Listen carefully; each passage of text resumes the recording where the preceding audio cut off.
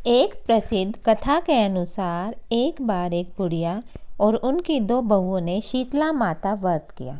उन सभी को अष्टमी तिथि को बासी खाना खाना था।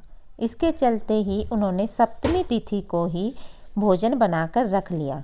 लेकिन दोनों बहुओं ने बासी भोजन नहीं करना था, क्योंकि उन्हें कुछ समय पहले ही संतान हुई थी। उन्हें लग रहा था कि कहीं ऐसा न हो कि वो बासी भोजन करे और बीमार हो जाए।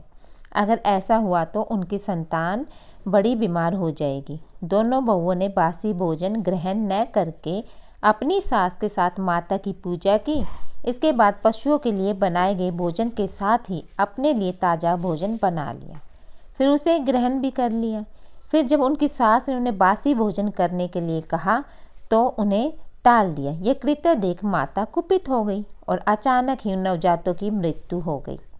जब यह बात सास को पता चली तो उसने अपने बहुओं को घर से निकाल दिया। दोनों अपने बच्चों के शव को लेकर रास्ते पर जा रही थी, तभी वे एक बरगद के पेड़ के नीचे आराम करने के लिए रुकी।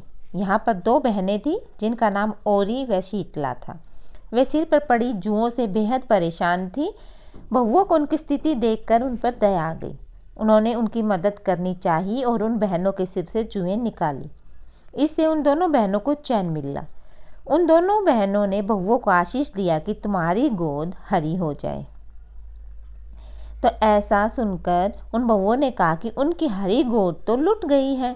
तब उनमें से एक बहन, जिनका नाम शीतला था, दोनों बहुओं को लताड़ लगाई और कहा कि पाप कर्म का दंड तो भुगतना ही पड़ता है।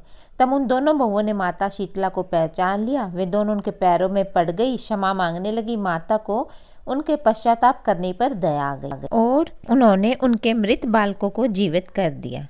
यह देख वो खुशी खुशी गांव लौट आई। इसके बाद से पूरा गांव माता शीतला को मानने लगा।